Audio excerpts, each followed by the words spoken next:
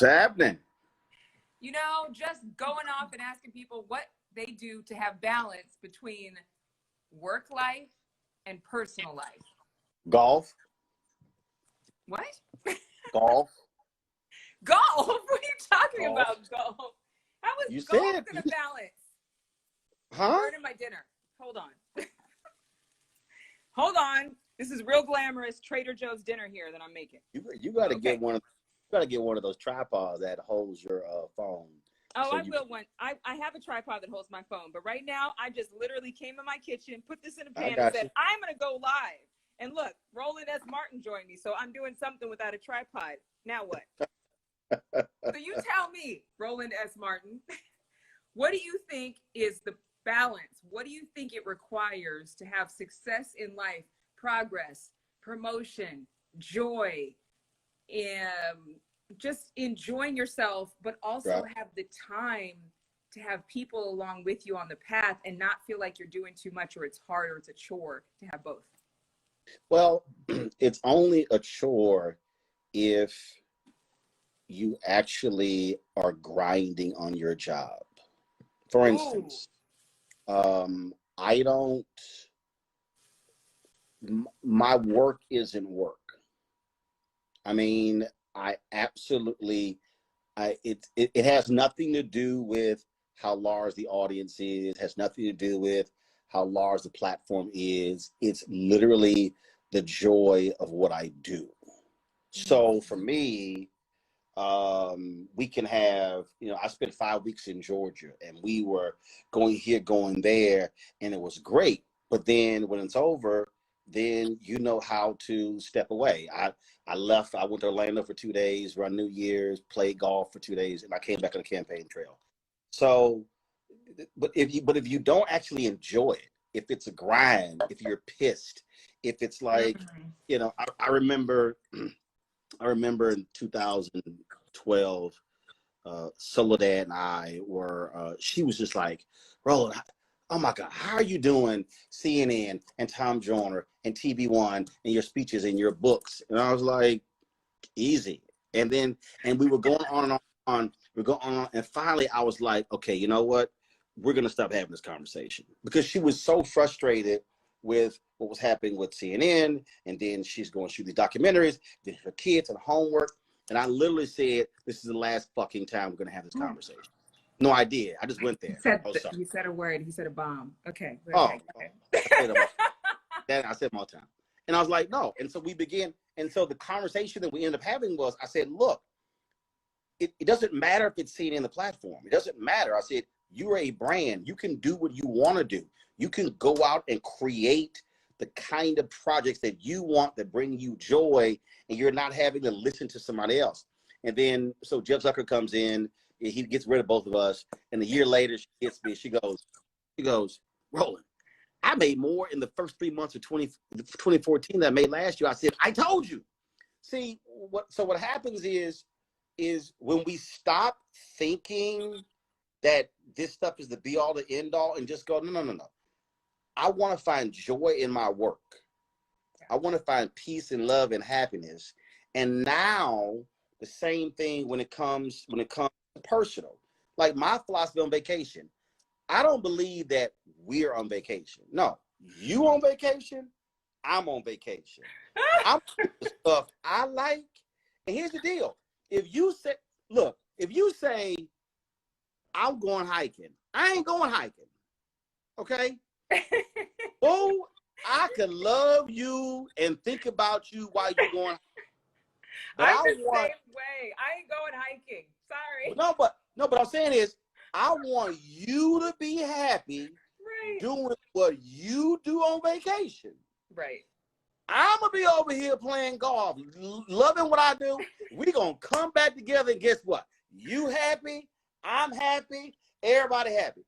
But when it's this whole, why are you doing that? Where are you going? How long are you going to be? No. That's work. Okay, we got dinner, and we got breakfast, we got lunch. No, we ain't setting no alarms.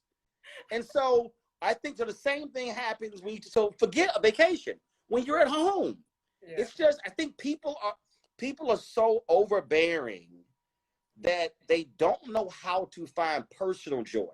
You can be married or have a partner and be together, but have personal joy. And that's part of the deal. Like, I don't believe in that, I'm 50, I find my other half. No. You got to bring your whole ass to me. I don't know. You can't come. And that's the deal. People don't know how to find joy in the work. And so it becomes the grind, and then it's just overbearing everything else. So, I mean, I ain't got none of them issues. I enjoy what I do, and I'm good. I smile every day. I ain't complaining, whining, oh my God, this is too much. Gone with that. Okay, wait. Okay, so tell us how you got to that place. Did you just pop out like this? Were you born like this? Did you come to this? Did you mature to this? Always had that view. The two most important words that I've always operated by my entire life. You understand, I went to communications high school. So I decided what I'm doing now at 14. In my high school, I was school communications. I had a Letterman's jacket. On the back, it says Mr. TV. That's what the other students called me, because I shot all video. So the two words that have always defined me have been freedom and flexibility. Freedom and flexibility. If you want to put a straight jacket on me, and handcuffs and duct tape, it don't matter how much money we talking about. No, it doesn't. Because after 60 days, I would have gotten used to the money. Right. And I know somebody out there listening is saying, "No, Roland, if somebody paid you $5-10 million," no, I'm being very serious. If somebody says that this is all you can do, this is me, and they're paying me $5 million, I'm going to be absolutely out of my mind, because I'm being constrained. And when you're constrained, that brings stress, pressure. You're pissed, you're angry, you're frustrated. So they're paying you $5 million, but you're not enjoying it. Right. It's not worth it. Because you're mad, you're angry. And so I've always said, I will walk away from, if someone says, yeah, but that's why people go, okay, but we're going to pay you this. No. Money is the last thing I negotiate. What's the first thing? The first thing, what am I doing? Okay, second thing. And a part of that is, okay, it's a part of what am I doing? What does that entail? What freedom do I have? What choices do I have? We go through all of that. I walked up, people don't realize, when my TV One show ended, they offered me a new deal. Same amount of money. I said no. Because I said, y'all keep telling me we might do this. No, I need to know we're going to do this. Otherwise, you're going to pay me to sit on the sideline, and I'm going to be pissed. So literally, I could have gotten paid to do nothing, and I would have been angry because I would have been handcuffed from doing other things. And so that's the same. So you take that philosophy to everything else. If I'm in a relationship and you handcuffing me and I got a straight jacket, I'm just letting you know, Ro gonna be pissed. It's not gonna be a good environment. Ro's gonna go hiking, but just not with you. No, there will be problems, because again, you're being constrained. Yeah. You can't do you. Yeah. And that's the problem. And the biggest thing is, like, I had a job at the Houston Defender, and I love Sunny Masai Giles. She's a fantastic publisher. But Sunny had like an 8 a.m. meeting, and it was like, look, I don't do 8 a.m. meetings. Now, because here's why. You will see me at the paper at 10 p.m., midnight. The point is this here. Do you want to mandate that I'm at your 8 a.m. meeting? Or do you want me being my absolute best getting your paper out? Which one do you want? And that structure, like, she loved Franklin Covey. She was like a Franklin Covey, like, just nutty person. We had to carry binders and stuff. Organized. And I was like, no. But see, that was a system that she loved. Well, I came from the computer generation. I came up in the first Apple computers. I had one of the first Casio PDAs. So we were in a meeting, and she was like, "Where's your binder?" I said, "It's at home." I said, "I'm not carrying that big ass binder." And I pulled a PDA. I said, "This is my Franklin Covey." And she's like, "That's unacceptable." I said, "No. The binder works for you, not me. So what you should be saying is, how can I get the maximum out of you?" And see, that's now I hate the Dallas Cowboys, but Jimmy Johnson said this here. They said, "Jimmy, would you let Troy, Michael, and Emmett do whatever they want?" He said, "Hell yeah." He said, "Those are my three biggest stars." He said, "But them other people can't do that." He understood, I'm going to coach you, different from you, different from you. My goal is to win. And I think that's one of the mistakes that people make. They don't know how to manage personalities differently to say, I want the best out of you, so I've got to figure out that there's no one way of doing it. And I think that applies to work, it applies to home, it applies to all of that. And there's so many people who are walking around who are just frustrated because they are being constrained, and the person who they are working with or with doesn't understand how to just let them be free to be who they are. So obviously you cannot expect that someone else can give you that liberty. You have to expect it. Like, how did you navigate that? It's a part of the deal. It's very simple. If you want me, I got to have this. I had a publisher in Dallas. They had a 10 o'clock meeting, and one of the staffers said, "Mr. Washington, why do we have to come to this meeting and Roland doesn't?" And he said, "Have y'all driven by the paper 10 o'clock at night? Mr. Martin's car is out here, but you leave at 5 o'clock. He said, if he needs to go play, because I was on morning radio, and then I would come to the black newspaper. He said, if he needs to go play golf and come in here at 3, and I know he's going to be here till midnight, he ain't got to come to my 10 o'clock meeting, because he understood I'm paying him to get the best paper out, not adhere to my schedule." So my deal is, that's up front. Every job that I've run 10 newsrooms, and my whole deal is I need complete power. Because here's my deal. If my ass on the line, I ain't going to get fired because I didn't have all the power. So I need all of the power. So I need to control the whole budget, control over staff, because, again, that's what I need to do what I need to do effectively. So you negotiate it up front. And then here's the piece. When you know what makes you you, it's clear. And I think that's part of the problem. Most people in relationships, most people don't actually know themselves. They've never done what I call a personal assessment.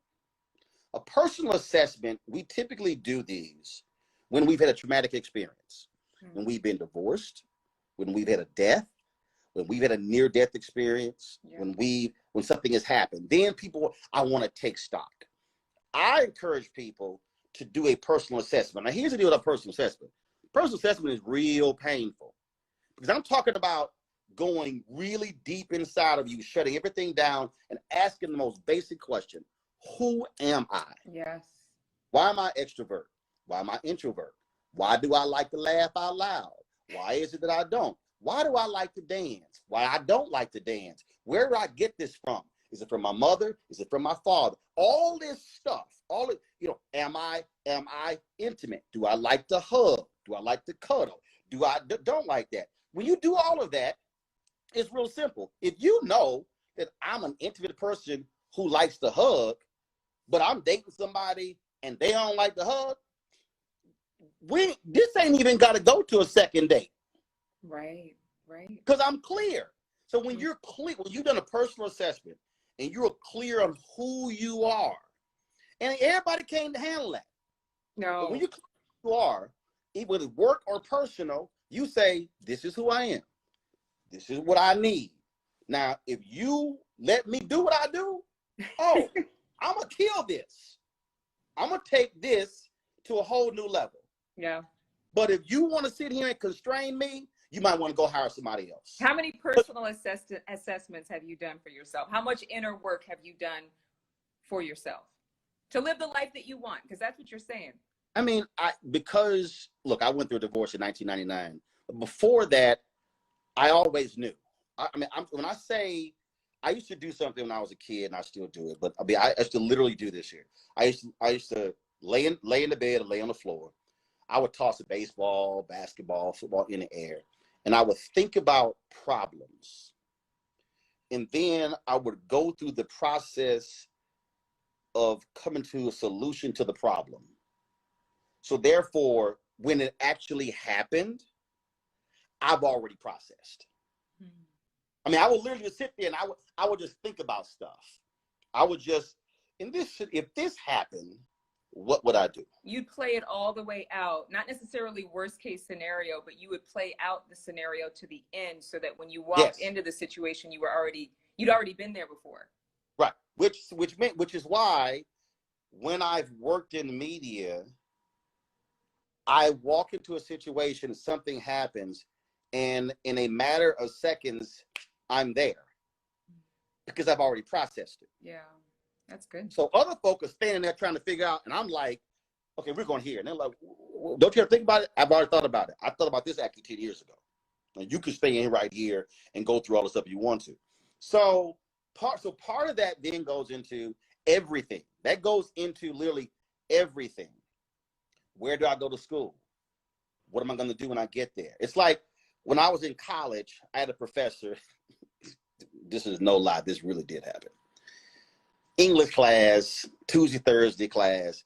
And he goes, we took a test. He says, I need you to stay at the class. I said, all right, fine. He says, I'm very bothered by your performance.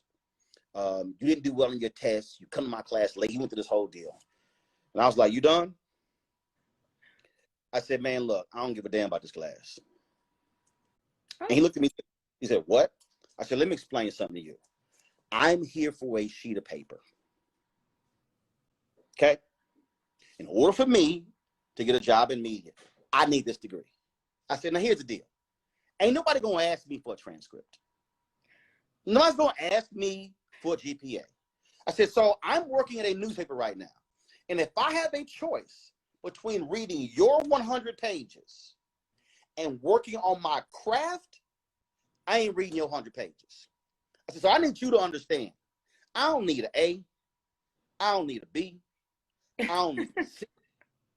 I need a D. I said, if I have chosen how to expend my energy. Right. And it's not going to be in your class. And he was like, now mind you, that's like to actually say that. And so then I had journalism class, 15-minute class with a test. I come in 15 minutes late, leave 15 minutes early. Test comes back. Some would say that's not respectful. No. Say that. I'm just saying. I'm playing it out. But that's people who don't get it. That's people who are looking at this and because so here's what happened. The professor calls me. She goes, had you focused and dedicated yourself and not come to late, leave early, you could have made an A. I said, I didn't give a damn about this A. I did. I'm being straight up. I said, here's what I need you to understand, Dr. Thomas. I said, when I leave here, I am going to have to write a story in 20 minutes. I will have a set of facts. I have a 20-minute deadline to write a story. If I don't put myself in practice, taking a set of facts and writing it in 20 minutes, I won't know how to do it when it's crunch time. And then if I fail, then that's a job. This is just your class. I said, so this is what I need you to do. I need you to explain to me how I made an 84. Because the next class, I'm coming here 15 minutes late. I'm going to leave 15 minutes early. But I'm armed with what made me an 84 last time. So it's going to be a 90, 95 next time. She was focused on the class and the assignment.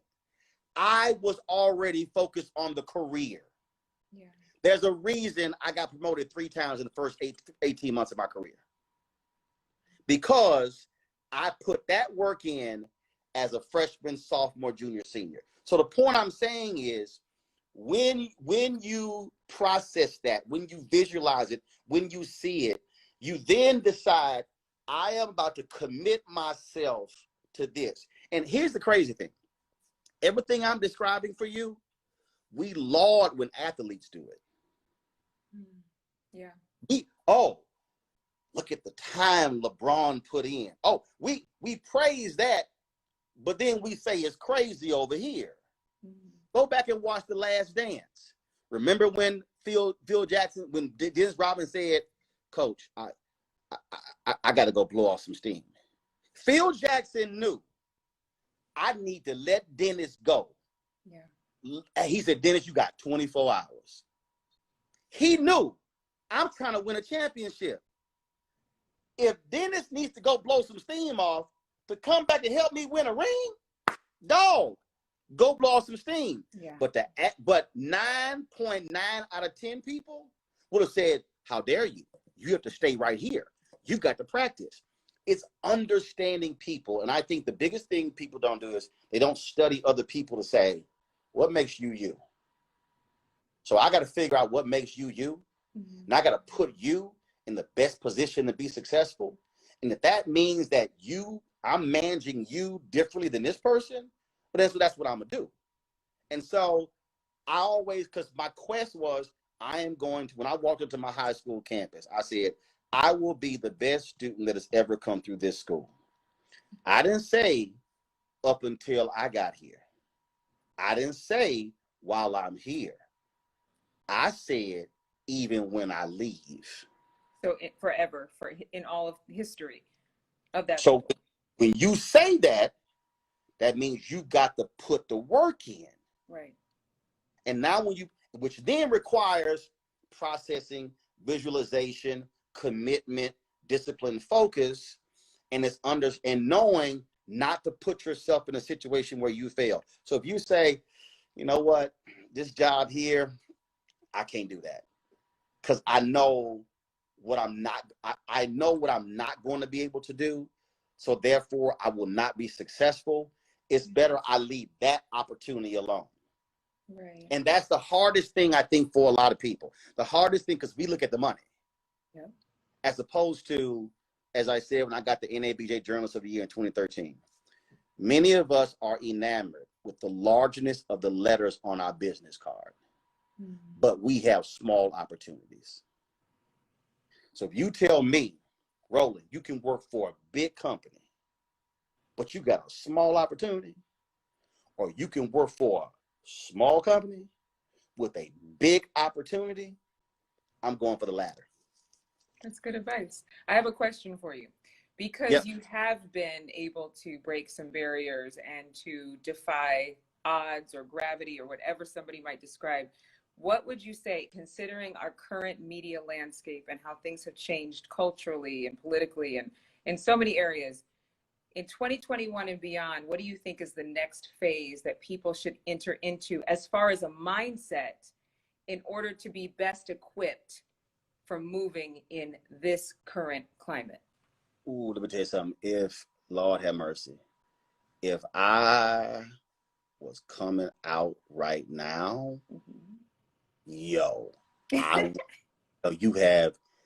when I say I would be ignorant hyped, I would, seriously, I would be dangerous. I'm talking about, I would be See, this is the moment that we're now living in. And actually, the moment we're living in is that the gatekeepers no longer control everything. The beauty of now, I'll come out, you're at your dominant papers, your dominant broadcast networks, your dominant cable networks, and it was opportunity, they were extremely limited. Technology, the cost of technology was a barrier. You had to have $100,000 Avid editing system. Now, literally, the $100,000 Avid editing system is right here. The fact that Steven Soderbergh, if y'all have not seen the movie High Flying Bird, y'all need to go watch High Flying Bird. It's on Netflix. I watch that movie every 3 months. This is no lie. And you may think, why you keep watching a movie every 3 months? Steven Soderbergh shot the entire movie with an iPhone 6 and 7. So I watch it. Now, I already know the movie, but I watch it because I'm looking at camera angles, lighting, how he did it. I've actually read a dozen stories on how he did it, because what it's doing is it's literally inspiring me. And I'm watching and I'm thinking, and my mind is like, this.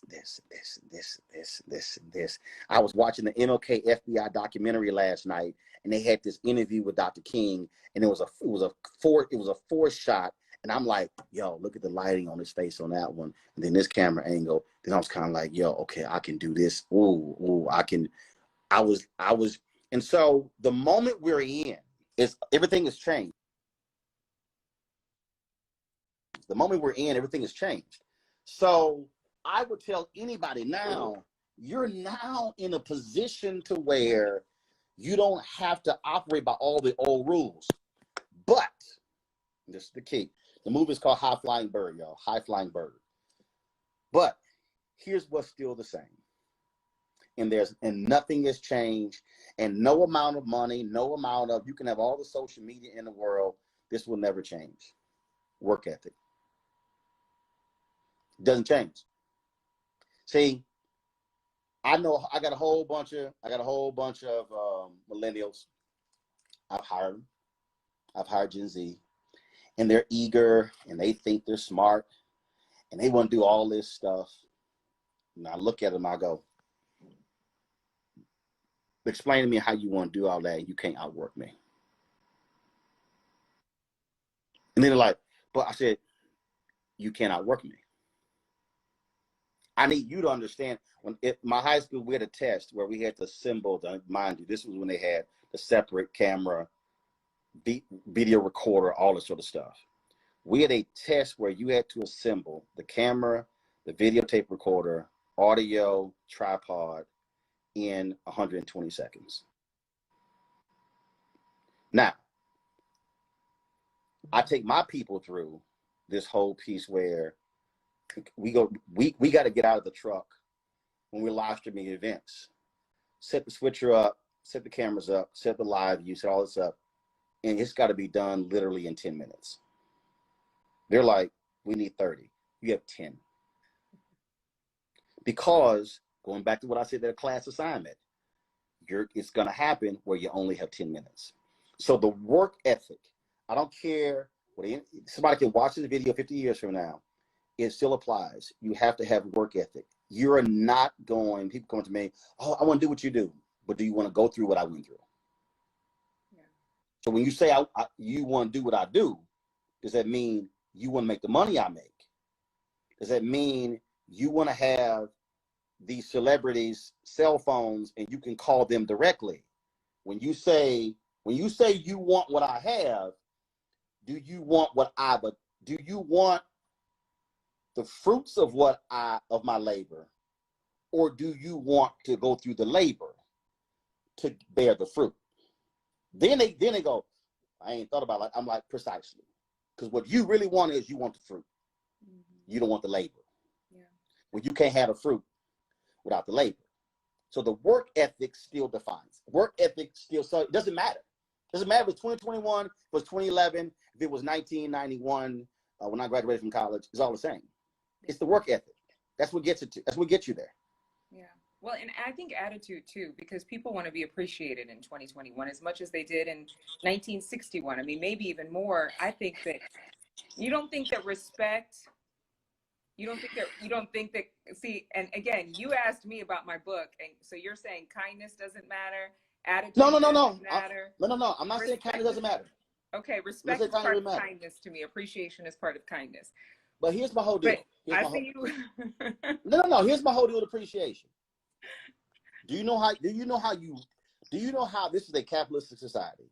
The most fundamental way you show me appreciation is what you pay me. Okay. Now here's the deal. You can say, I appreciate. Oh my God, Roland, that was a great interview.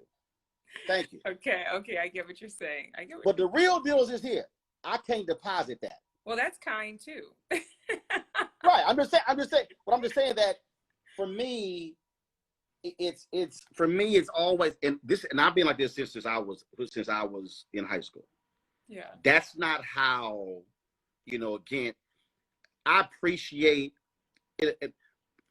The people who I appreciate, when people say, I really enjoy your work, when the public does that, that's different.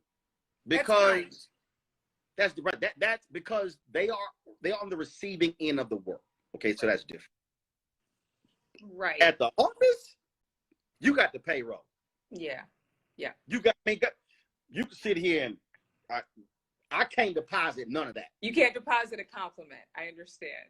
And I appreciate it. But the reason I'm so hardcore about that is because there are some bosses, and this has really happened with Black people, where they want to reward us with compliments, but when that raise time comes, all of a sudden it's a whole different. That's why, and I did this, and I'm really ignorant. I did this too. Okay, I'm ready. Every time someone externally would send me a letter or an email or a card, I would make 2 copies. Oh. I would put one in my newsroom personnel file. Okay. Go to them and say, I need you to put this in my newsroom personnel file. But then, because I ain't trust them, I would then take that same copy and go to HR and put it in their personnel file. Are you serious? Here's why. See, I start every job with the premise I'm going to get fired anyway. What? Follow me here. Okay, three things going to happen, okay? You going to stay. You going to leave on your own volition, or your ass going to get fired. It's only 3 things going to happen, okay? I worked in mainstream newsrooms. I was the only Black male reporter in the newsroom. Oh, okay. My goodness. So I knew how folks roll. So Roland wasn't sitting here, just trusting folk just to do what they do. Every time you got a letter from somebody on the outside, you would put it in the 2 files. Here's why. So when review time come up, follow me here. This is the average person's personnel file. You better have some chips and queso on that plate for you. This is Roland's personnel file. I thought so you were when they sit here for something good. Okay. When they sit here and try to justify why they can't pay me, they got to do that with a thick file in their hand. You think I'm lying? I'm telling you. I don't think you're lying. No, I'm not. No. What I'm about to tell you, you're gonna crack up laughing, because again, I am ignorant. I don't trust, and I people act a fool. I work for the Fort Worth Star-Telegram. Something happened. Yeah. And K Northcott. See, look, I ain't got a problem calling names. I don't. K Northcott was coming to my desk, and I don't know what precipitated this, but she then says, you really need to get your production up. And I want you to understand, that is a gross insult to me, because I've always had high production. So I stood up and I walked in in a prayer circle. Let me breathe. I was doing some breathe exercise. I said, I'm about to cuss this little white woman out, because I know she didn't just do this. And she goes, you know what, let's take this into the office. I said, that's a really good idea. Yeah, I think you want to take this into the office. This is going to be a really happy ending, right? This is going to be a really no. This is real happy. Okay. Oh, this happy. This is going to be a really positive. Oh, no. Story. Oh, no. When you hear the end, you're going to be like, I'm going to be really grateful I heard it. You're going to say, that boy brilliant. Oh, my. So I said, give me a couple of minutes. So I go to my computer, I print some stuff out. And I walk into the office, and I literally tossed this sheet on paper. I said, you might want to read that before you start talking. So she looks at it. I had broken down by year, month, and week my production. How many stories I wrote, how many stories I contributed to, and a comparison between this year and the last year, which increase in production. Now, this is about to really crack you up. She says, well, we don't really measure production by the number of stories you do. I said, well, what the hell is production? I said, oh, you mean quality stories. Turn to page 2. I had the number of stories that I wrote that ran on the front page, that ran on the Metro page. Oh my gosh. I said, now, are you now going to tell me that 65% of my stories that ran on the front page are not quality stories? I said, I want you to caution what you're about to say, Kate, because you my editor. Which means that if they're not quality, that means you were edited. I said that you edited stories that were not a quality. It looks on you. I said, so can we just dismiss with all of this and get to the heart of what the real issue is? So one of my white colleagues, said to me, Roland, how did you find the time to do that? And I said, Jennifer, I mean, no disrespect. I'm a Black man in media. I don't come to work trusting folk. I got to have all my stuff in a row.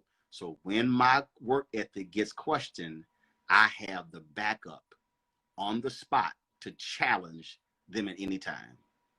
And she was like, I had never thought of that. I have taken that throughout my career because I've seen people lose jobs, lose assignments, not get raises because they trusted, oh, they're going to do what's right.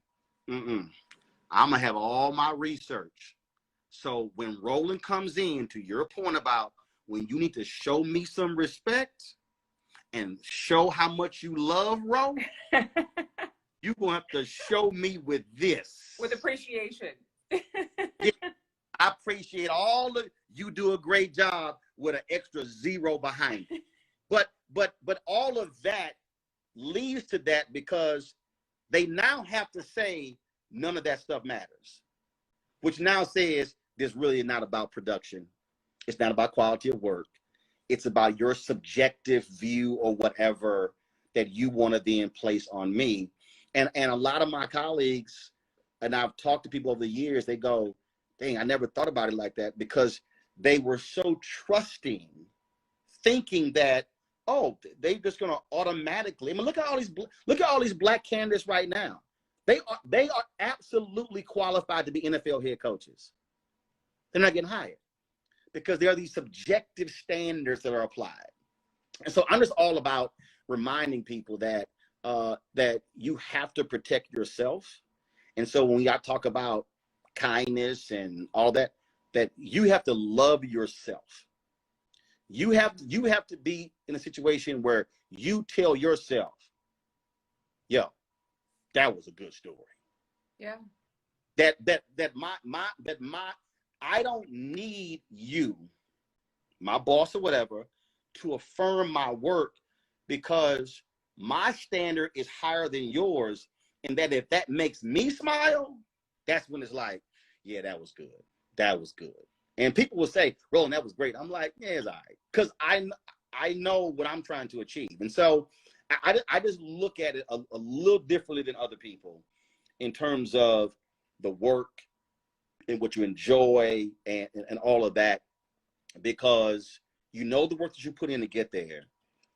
And when you know that you can make yourself smile and your standards are that high, that's when you say, yeah, that was good. Yeah, that was good. Well, I've been coached to keep receipts, as some people have been saying in the comments.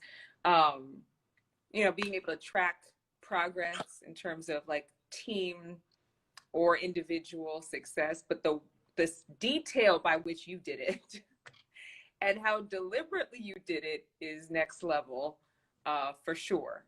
And wow. But I do want to talk to you. One more thing. I want to talk to you about attitude, because I see that loving yourself message. It is so true. You have to be kind to yourself. But in lieu of the fact that you should have received a book, but I don't know if you did. I have it. You do or don't? I have it. Oh, good. Okay. Well, I had somebody send it to you. So good. I had the publisher send it.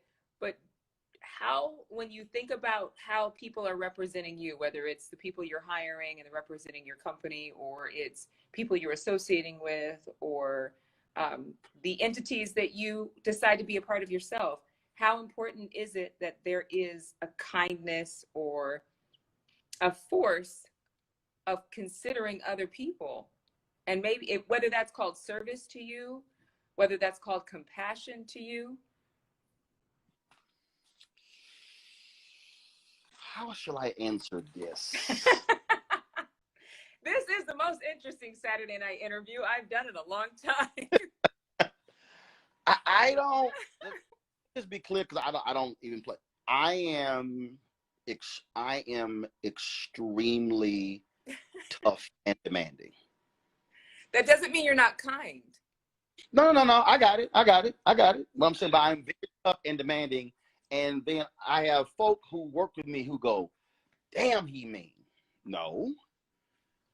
I establish up front where we're trying to go. But let me also explain why this is so, what also is so personal to me. I've spent more years of my career working in Black media than any other media. One of the downfalls of, one of the pitfalls of white supremacy is that Black people question what's ours.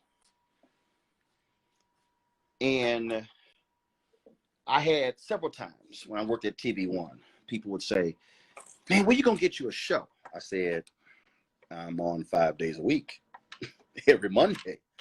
No, mate. When you gonna get you a real show? Like on CNN or MSNBC or ABC. A real show. And I proceeded to say, this is when Brian Williams was the anchor before Lester Holt. I said, brother, do you know that when Brian Williams comes to Washington, D.C., he literally sits in the same chair I sit in? Do you know that there's a bristle brush on a shelf to the left of that seat? Brian don't use a bristle brush. I said, what he didn't realize is that we did our show from NBC News Channel in Washington, D.C. Hold on one second. I'm putting my tripod on. He didn't realize that. So what happened was, because it was a Black network, he assumed it wasn't quality. So for me, sometimes I had staffers who would say, well, you know, we're a Black show. And I would say, if you say it again, you're fired. If you say it again, you're fired. When we would have mistakes and they were like, why are you so angry? I said, because what you don't understand is that our window is not as wide. Our latitude is not as wide. The level of excellence that we have to reach is important. So I'm very tough. The thing I tell people about kindness is, and how you operate is, one, are you consistent? I'm consistent with everybody. My niece works for me. She's almost been fired 4 times. Oh, and I've made it clear. And I've said to her, I just brought her on full time, and I said, let me be real clear with you. I will fire you. You have to do the work.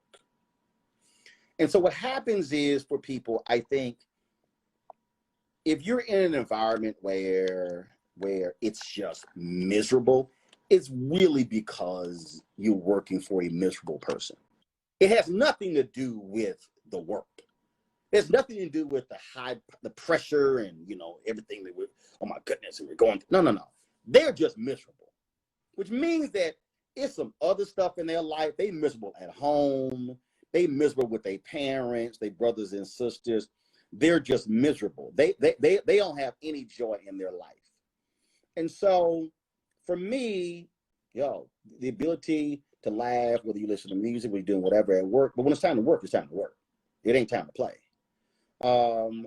And it's establishing what I call clearly defined, I want these barriers, but boundaries as well when it comes to doing the work.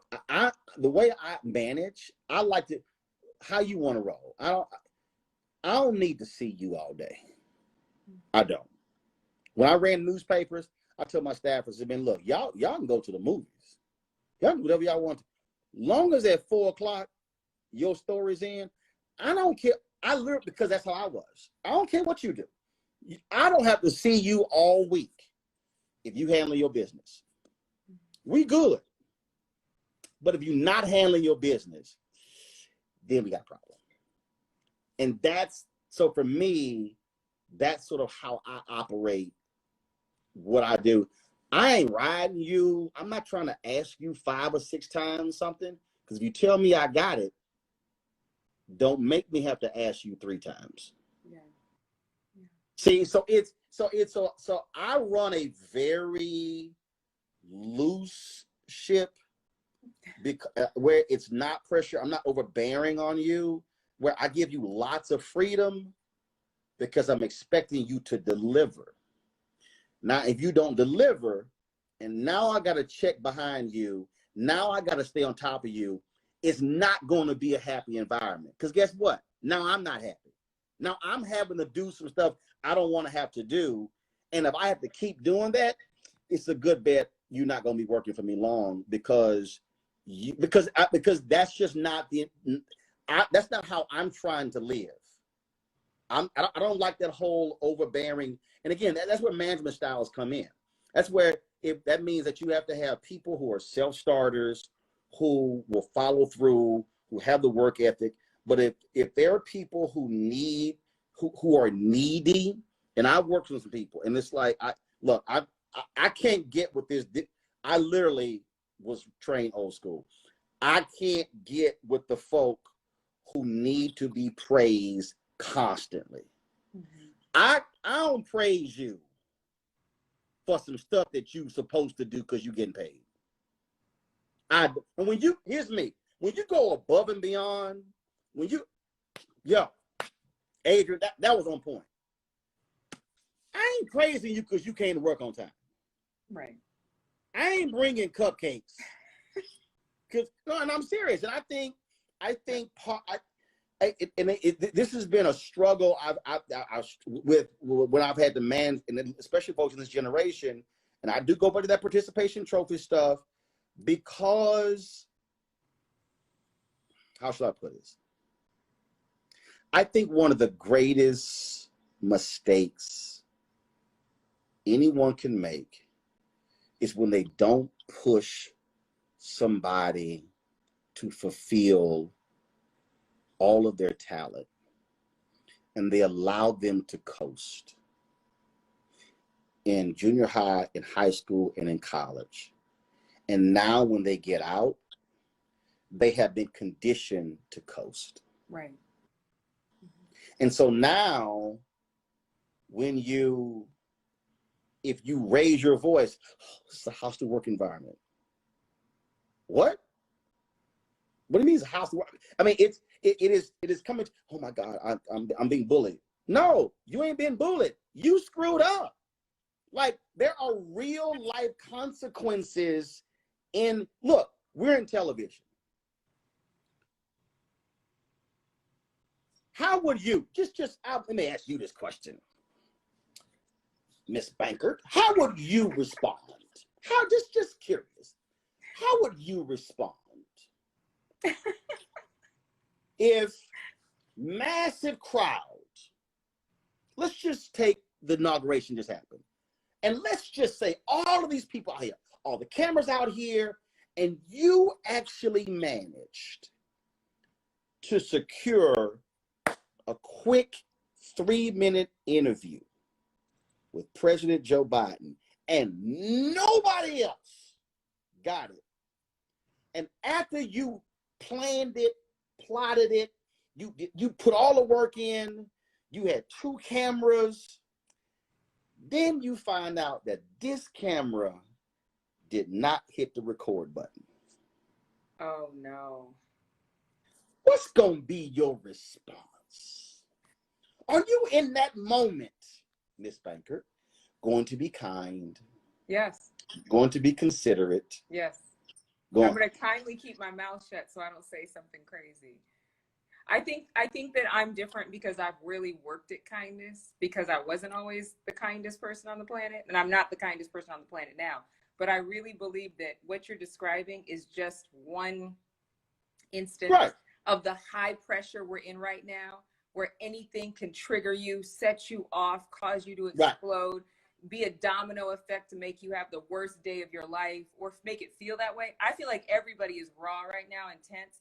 So it doesn't take much. Be a tipping point for some people. For other people, they'd be like throwing the scripts in the air. For other people, they'd be cussing up a storm. But I think that one strength that we all need right now, whether you're Ro or whether you're AB, is to be able to respond under pressure.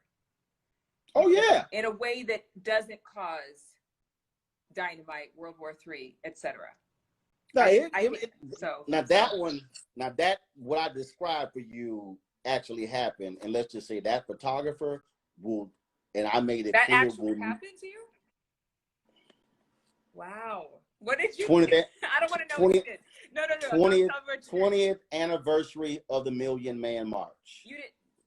Louis Farrakhan gave no interviews. He was leaving. And I told my people, y'all, Farrakhan is going to stop when he sees me. I was like, ignore the fruit of Islam. Trust me, this is going to happen. And when he came off that stage, it was in that golf cart, and he was coming off, they slowed down, and then the guy kept driving the cart, and he was essentially like dragging us, and Farrakhan said, stop the cart, and did the interview. My guy to my left did not have the best angle. He was blocked by a couple of people. The photog was on my right shoulder. He was in, and I'm saying we rehearsed it. And here's the crazy part. You're going to crack up laughing. I had a GoPro style camera that was on a tripod that was high up that recorded all of this. So we have a video of us preparing 10, 15 minutes before he comes off. We just shoot it, and then you see me dap up my head of production. It was tight. You're the only person who got an interview with Farrakhan. And then you see the photographer walk by, goes, I don't think I was recording. Oh no. And how terrible did he feel? And he felt terrible, but then, and when I say I'm seething, I can imagine. I am beyond. And then like when we were packing up, he's like, okay, who buying drinks? And I was like, Henry, you better have that when I don't drop another bomb now. I literally said, but folk, all my followers know. I know. Cussing lowers blood pressure. No.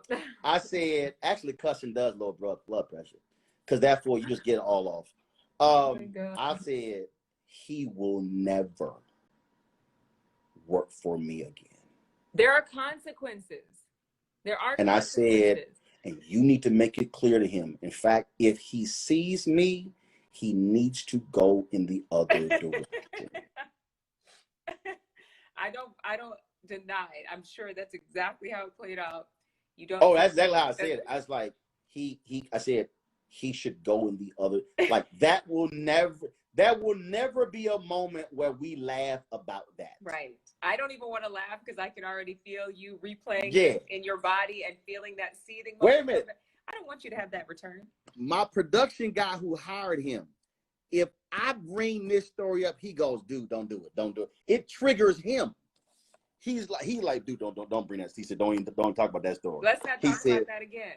He's like, I'm getting mad right now. It is. So when we are, but let me give I won't say the flip side to also when you can call it toughness or whatever. But here's the one thing I also and I've had my people come back. They tell me, they say, dude, I'm so glad that you were not soft on me. This is the guy that didn't. No. Other people who've worked for me. Okay. Who, because I've worked for some places and they just it was very soft and they just, you know, everything was wonderful, but they didn't challenge people. I'm all about, I'm going to help you go to another level if you're willing to put the work in. But understand, you're gonna have to do some work, and it ain't gonna be painless. And in my experience has been, the people who want to go there, those are the people who really want to be in this business, who really want to be the best they can. And they're the people who are not so needy. Because what I tell a needy person, what you actually need, I can't give you. Because what you're looking for is something you didn't get from your mom or your daddy.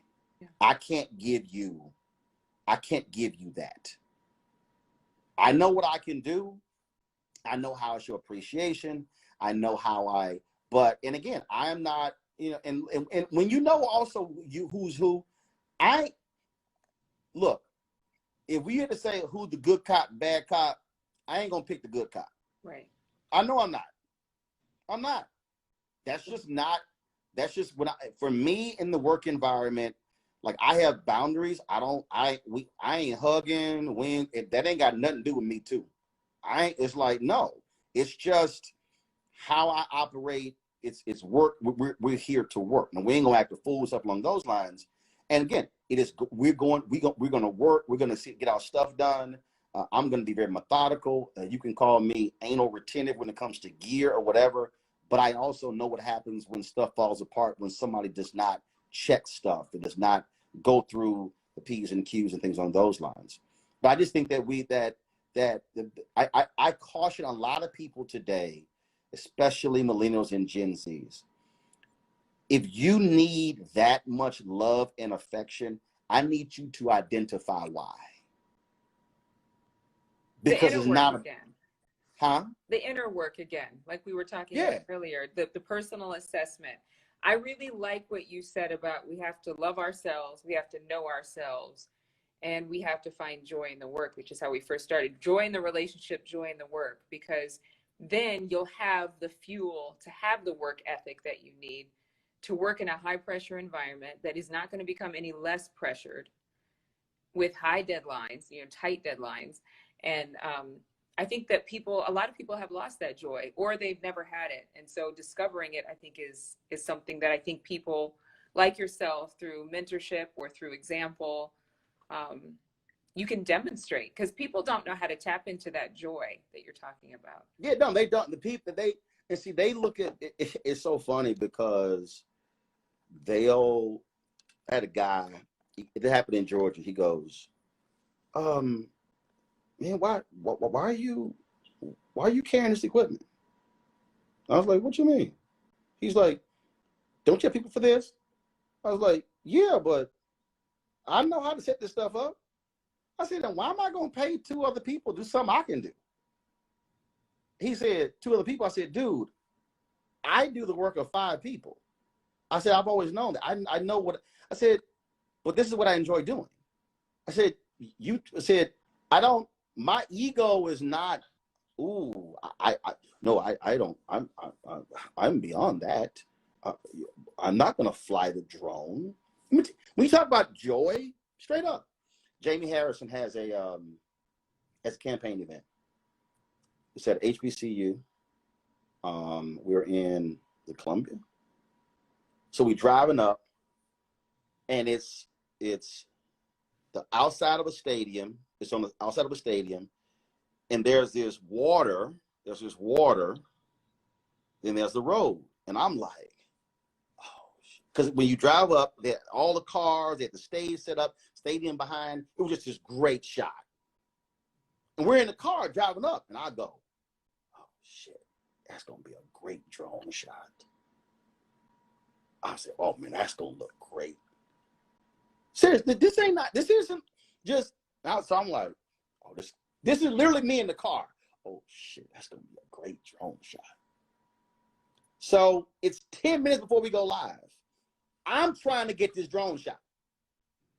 I'm like, I'm getting this drone shot for the show. So I do it. Then I can't, and I realized I could not.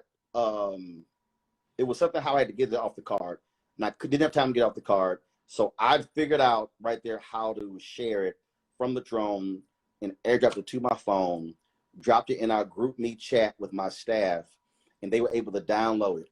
And the guy who watches me from, I think he's in California, he sent me a text and he says, man, you're describing this crowd. That'd be great for a drone shot. I said, wait for it. And so I was able to get the shot. My people downloaded it, and then they played the shot. My production guy, who's back in DC, he goes, no, that shit look good. And again, the average person out there would go, y'all excited about a drone shot? But the ability to be able, you see it, and you know what it looks like, and then you execute it, and within 10 minutes of going live, you got to integrate it into the show, and it just made our production look. So if you're watching it, you're sitting there going, damn, this ain't like a regular digital show. This ain't, you know, this ain't. And so then I go back and it's like, damn, I need to figure out how can we do this in a live broadcast. And then I'm online, and then I see that DJI has a $750 remote controller, which is HDMI out, which means you can plug it right up to your switcher, and you can literally have a live drone shot in your broadcast. And we've had it ever since. So again, for the person who this ain't what they do, it's kind of like, that made you excited? Yes. Yeah. Because for the audience, now all of a sudden, you don't have just your camera here, your camera here. Now all of a sudden, you're watching a football game and they have the Goodyear blimp shot. Basically, I got the same thing with a $2,000 drone with a remote control. And now it's this, so this show, this Black-owned, small staff show now looks big. And my audience response was, yo, that's awesome. Yeah. That's what that's what I mean by when I'm walking my people through. The joy comes in delivering that, knowing what you're giving to the audience and the process and what it feels like. And now if a staffer pulled that off, I'm like, that's the shit.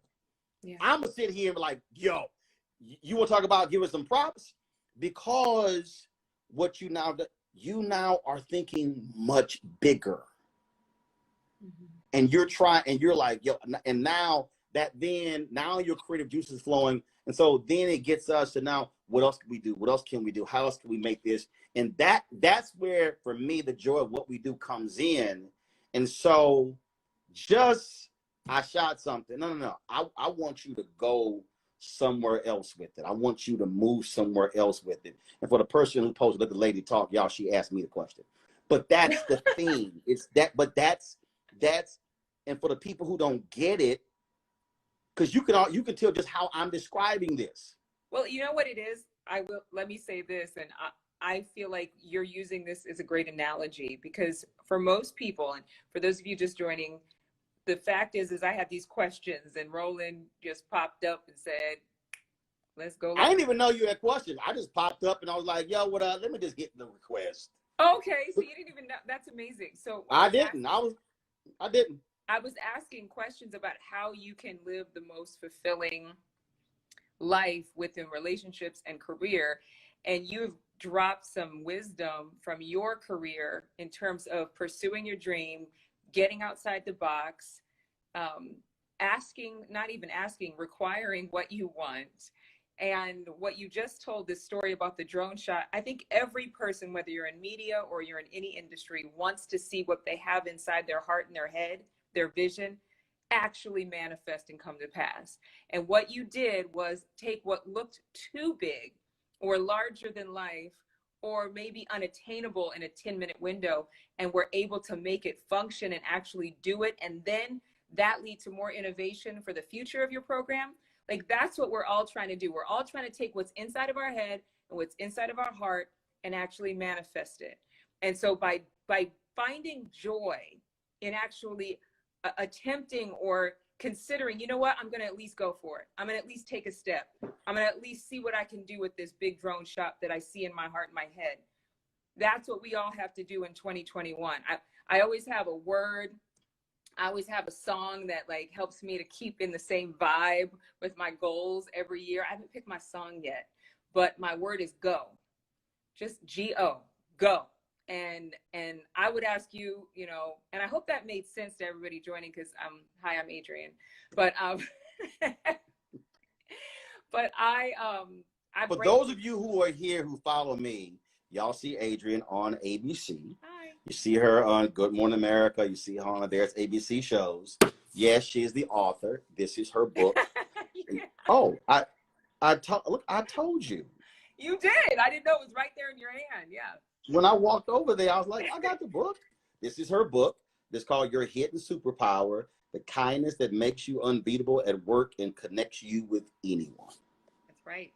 And it's not what you think. You think that I'm going to talk about a whole bunch of like just being nice, and I talk about other things that besides that. So in fact, interestingly enough, and I don't even think you know that you made the same connection, but you said, who are you is one of the biggest questions that you can ask. And doing that personal assessment and actually taking time to get to know who you are and what makes you tick, that is one of the main topics inside the book. Is I'll tell you the answer to who are you. If someone wants to say, who are you, Roland? You know what to say. But most people, if I ask them, who are you, they do not know. Yep. Yep. And the second question that I've asked the people are stumped is, do you love yourself? And you brought that up. So I think that you will really enjoy the book if you haven't finished it yet. And I think that other people really enjoy it. But besides that, I think that you gave a lot of insight into what has helped you in your path. And people don't have to try to duplicate or copy as much as take the wisdom and apply it where you are. And it has nothing to do with size or money. Yeah. What I am describing for you, when I was the managing editor of the Dallas Weekly and I was making $45,000, it was the exact same. It was, that's a hell of a front page.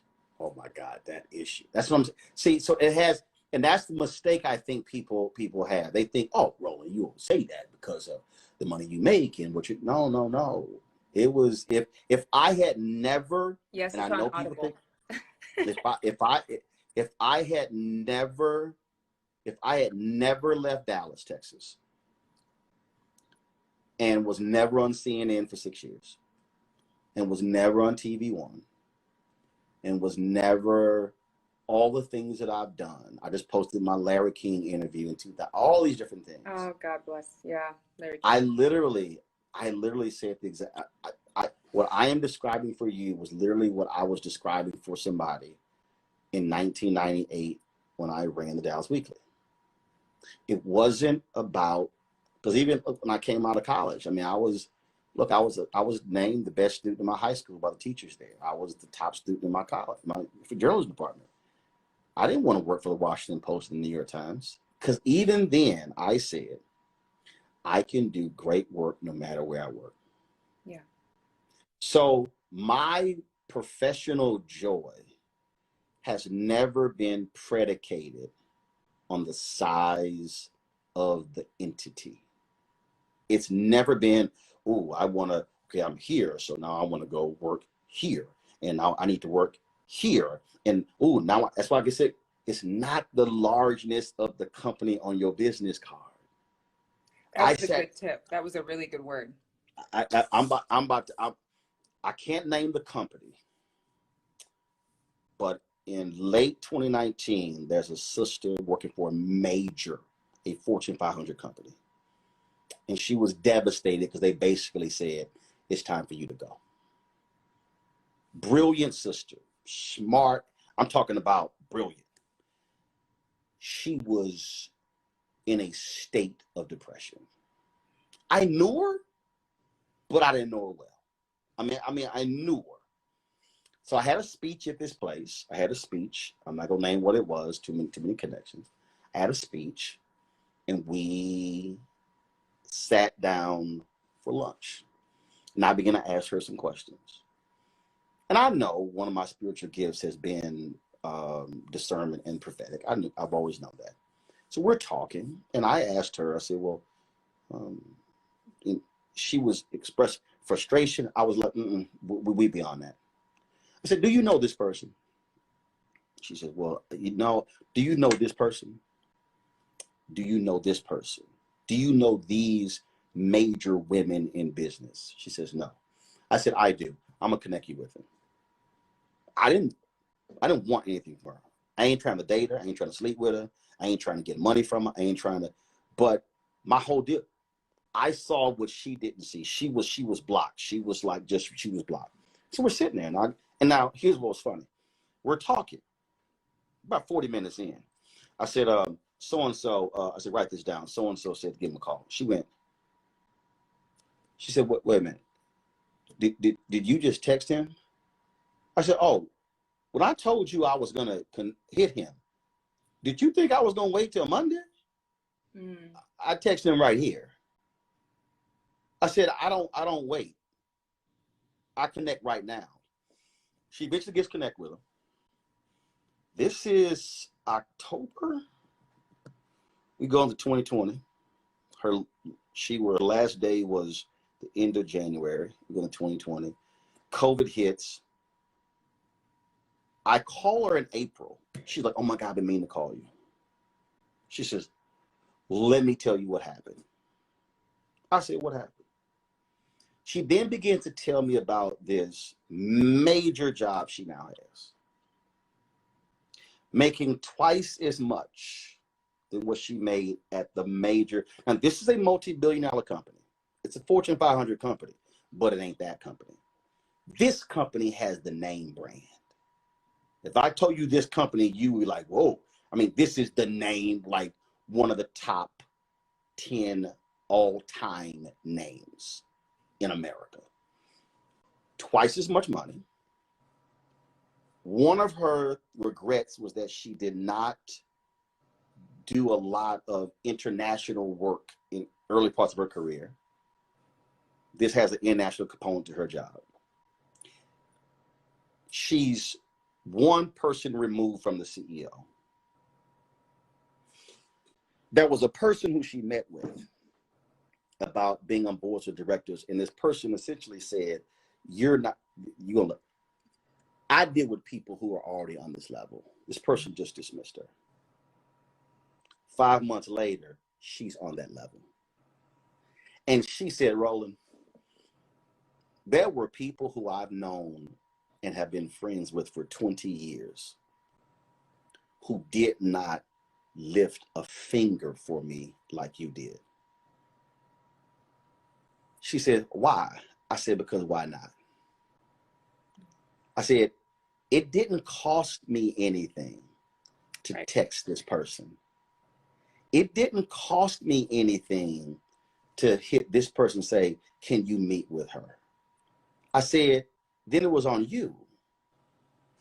The position that she is." And so we then had our conversation, because I then began to speak into her, "Boo, you are going to be a CEO in 5 years."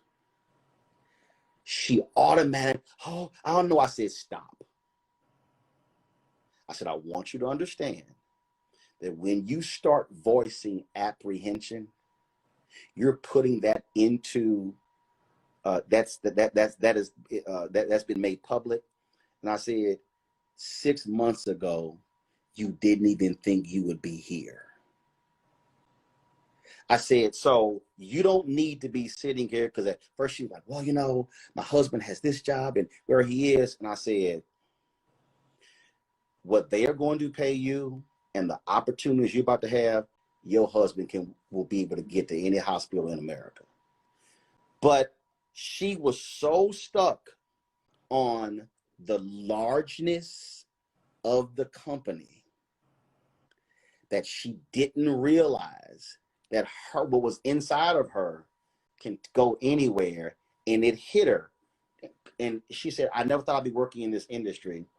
But the things that she was so angry that this company did not appreciate in her, this company did. So too many of us are so just hell-bent on, but they don't appreciate me. They don't see me, because it's time for you to go. You trying to make, it's time for you to go. And going back to the personal assessment, when you know you and when you see it. And again, everything that I'm doing right now, I saw. I saw it in high school. I saw it in college. I saw it when I got out. I saw it every place that I worked. I was trying to get Black newspapers doing digital in 1998. I launched the first Black news source audio podcast in 2005. Video in 2006. That was 15 years ago. When I turned TV One down, Adrienne, this is no lie. Alfred Liggins, the CEO of Urban One, said he wanted to meet with me. I go into the office, and this is what he says. Well, you know, it's really difficult starting your own media company.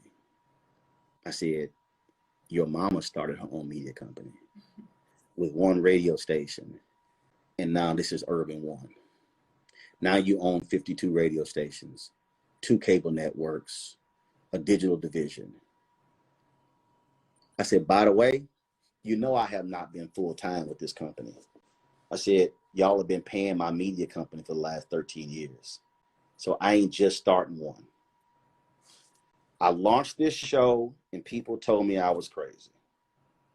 We do 100.4 million views the first year. We do 260 million views the next year. We do 600,000 in revenue in year 1. We do 3 million in revenue in year 2. Because I didn't get caught up in, it's not CNN, it's not ABC, it's not, I'm just over here being Roland Martin Unfiltered. And I'm gonna take this and build it to, well, I'm not gonna say it, but I'll announce it next month. So the point is, that's a deep tease. That was always the vision. Yeah. That was always the vision, because I did not get caught up in the largeness of the letters on my business card, because I looked at opportunity. That's good. Well, I feel like that's a great place to put a bow on it, because you just, what do you say after that? You know, really, I think that. Easy. You say get Adrienne's book. Her book is, and you will see her soon on Roland Martin Unfiltered. Yes, her book is Your Hidden Superpower. Everything that I'm saying and she's saying, it's already in here. You just got to tap into it. That's right. It's really all in here. Sometimes this gets in the way, but it needs to be connected. So thank you so much. This was a nice surprise. And thanks for requesting to be on my live. No sweat. I was cooking my sweet potatoes, and now I'm going to go eat them. I'm going to have to heat them up again, but it was well worth it. Yes, you got to heat them up again. I'm going to go heat up. Look forward to having you on the show. All right. I'll talk to you later. All right, then. Thank you. Deuces. Bye. Later.